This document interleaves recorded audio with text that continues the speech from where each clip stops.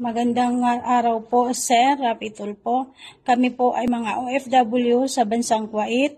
Kami po ay 17 katao rito sa loob ng kulungan ng Block 6, Salmiya Police Station. Kami po ay humihingi ng tulong sa inyo na sana po ay mapadali at agaran po kami mapauwi sa Pilipinas.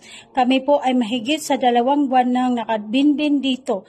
Ang sabi po ng pulis dito sa amin sa tuwing magtatanong kami kung kailan po kami pwedeng ma-deport, ang sabi po ay ang embassy ang may problema. Ilang beses na po kaming ilabas, ipasok, pabalik-balik. Wala pong nangyayari.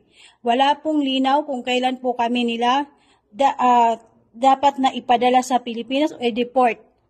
Kami po ay matagal na rito. Sana po ay matulungan niyo kami ng agaran. Maraming salamat po.